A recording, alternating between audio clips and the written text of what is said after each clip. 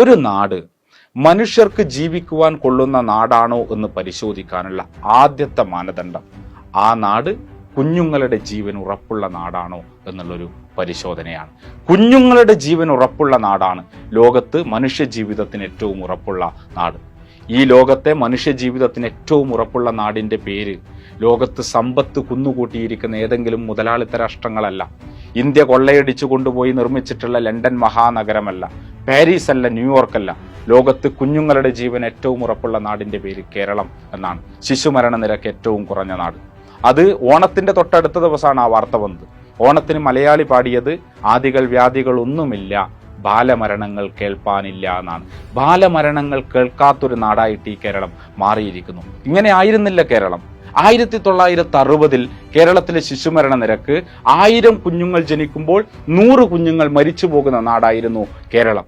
ആ കേരളമാണ് 6 പതിറ്റാണ്ടിനിടയിൽ ലോകത്ത് ശിശുമരണ നിരക്ക് ഏറ്റവും കുറവുള്ള നാടായിട്ട് മാറുന്നത്. ഇത് എന്തുകൊണ്ടാണ് കേരളത്തിലെ മാധ്യമങ്ങൾ ഇത് ആഘോഷിക്കാത്തത്? കേരളത്തിലെ മാധ്യമങ്ങളുടെ അഭിമാന ബോധത്തിനകത്തേക്ക് ഇതെന്തുകൊണ്ടാണ് വരാത്തത്? ഈ നാടിൻ്റെ അംബാസഡർമാരായിട്ട് കേരളത്തിലെ മാധ്യമങ്ങൾക്ക് മാറാൻ സാധിക്കാത്തത് എന്തുകൊണ്ടാണ്? ഇന്ത്യയിൽ ഏറ്റവും ഉയർന്ന ആയുർദൈർഘ്യമുള്ള നാടിൻ്റെ പേര് കേരളമെന്നാണ്. കേരളത്തിൽ ജനിച്ചത് കൊണ്ട് ഒരാൾക്ക് എന്ത് കിട്ടുന്നു എന്ന ചോദ്യത്തിൻ്റെ ഉത്തരം ഏറ്റവും ചുരുങ്ങിയത് ഒരു 12 വർഷം അധികം ജീവിക്കാൻ വേണ്ടി ലഭിക്കുന്നു എന്നുള്ളതാണ്. ഒരുപക്ഷെ ലോകത്തിൽ തന്നെ ഏറ്റവും ഉയർന്ന ആയുർദൈർഘ്യമുള്ള നാടുകളിൽ ഒന്നായിട്ട് കേരളം മാറാൻ വേണ്ടിയിട്ട് പോവുകയാണ്. എന്താണ് അതിൻ്റെ അർത്ഥം? ആയുർദൈർഘ്യമുള്ള നാട് എന്ന് പറഞ്ഞാൽ ആയുസ്സുള്ള നാട് എന്നാണ്, ആരോഗ്യമുള്ള നാട് എന്നാണ്. ആരോഗ്യമുള്ള ജനത ഉണ്ടാകണമെങ്കിൽ അവർക്ക് ഭക്ഷണം കഴിക്കാൻ വേണ്ടി പറ്റണം, നല്ല പാർപ്പിടം ഉണ്ടാകണം.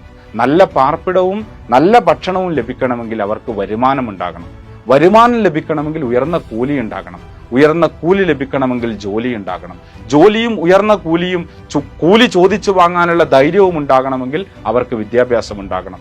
വിദ്യാഭ്യാസം ഉണ്ടാവണമെങ്കിൽ പൊതു വിദ്യാലയങ്ങൾ ഉണ്ടാകണം, അതിൽ അധ്യാപകരുണ്ടാകണം, പാഠപുസ്തകം ഉണ്ടാകണം, ഉച്ചഭക്ഷണം ഉണ്ടാകണം, യൂണിഫോം നൽകാൻ വേണ്ടി പറ്റണം, പരീക്ഷകൾ കൃത്യമായിട്ട് നടത്താൻ വേണ്ടി പറ്റണം. അസുഖം വരുന്ന മനുഷ്യർക്ക് ലക്ഷക്കണക്കിന് രൂപ ചികിത്സാ ചെലവിനെ കുറിച്ച് ആലോചിക്കാതെ അവർക്ക് എത്രയും പെട്ടെന്ന് മരുന്ന് വാങ്ങാൻ വേണ്ടി പറ്റുന്ന പൊതുജനാരോഗ്യ കേന്ദ്രങ്ങൾ ഉണ്ടാകണം, കുടുംബാരോഗ്യ കേന്ദ്രങ്ങൾ ഉണ്ടാവണം, ഗവൺമെന്റ് ആശുപത്രികൾ ഉണ്ടാകണം. ആവതില്ലാത്ത കാലത്ത്, ജോലി ചെയ്യാൻ വേണ്ടി പറ്റാത്ത കാലത്ത് ഒരാളുടെ മുന്നിലും കൈനീട്ടാതെ ജീവിക്കുവാൻ വേണ്ടിയിട്ട് സാധിക്കണമെങ്കിൽ മനുഷ്യർക്ക് പെൻഷൻ ഉണ്ടാകണം. ആ പെൻഷൻ കൃത്യമായിട്ട് ലഭിക്കണം. അത് കൃത്യമായ ഇടവേളകളിൽ വർദ്ധിക്കപ്പെട്ടുകൊണ്ടേയിരിക്കണം. എന്ന് വെച്ചാൽ ആയുർദൈർഘ്യമുള്ള നാട് ഒരറ്റത്ത് കേരളം ശിശുമരണ നിരക്ക് ഏറ്റവും കുറഞ്ഞ നാടായി മാറുകയാണ്, മറ്റൊരറ്റത്ത് കേരളം ഏറ്റവും കൂടുതൽ ആയുസ്സുള്ള ആരോഗ്യമുള്ള മനുഷ്യരുടെ നാടായിട്ട് മാറുകയാണ്.